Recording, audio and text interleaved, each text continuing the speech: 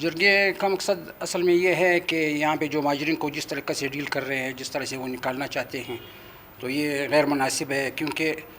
جس طرح لوگ پاکستان لوگ آئے تھے اور 40 سال یہاں پہ گزار کے، اور ابھی اس طرح اس کو دھکے دے کر نکال رہے ہیں، تو یہ مناسب نہیں ہے۔ اس کو عزت سے اگر جانا چاہتے ہیں تو جانے دے، اگر نہیں جانا چاہتے ہیں تو اس کو کچھ وقت دینا چاہیے تاکہ یہ لوگ جو ہے آسانی سے جا سکے۔ وہاں پہ جائیدادیں بنے ہوئے ہیں، یہ لوگ ایسے گاڑی میں ڈال کر جیسے حیوان ڈالتے ہیں اور پھینک دیتے ہیں ادھر کیمپوں میں، پھر جو ہے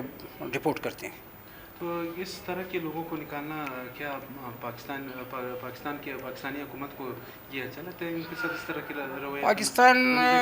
پاکستان کا تو مجھے سمجھ نہیں آتا ہے کہ یہ لوگ کیا کر رہے ہیں، اور یہ جو ہے طالبان سے تھوڑا تعلقات خراب ہو جاتے ہیں تو یہ ادھر لوگوں کو جو مہاجرین ہیں اس پر زور نکالتے ہیں۔ میرے خیال میں یہ طریقہ مناسب نہیں ہے، اس کے لیے ایک شیڈول رکھنا چاہیے اور شیڈول کے طریقہ کار پر اس کو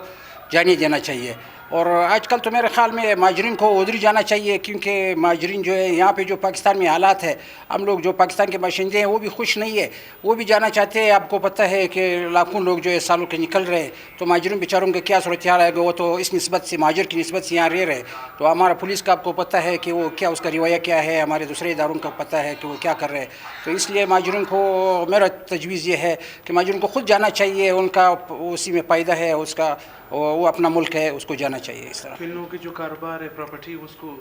اس کے لیے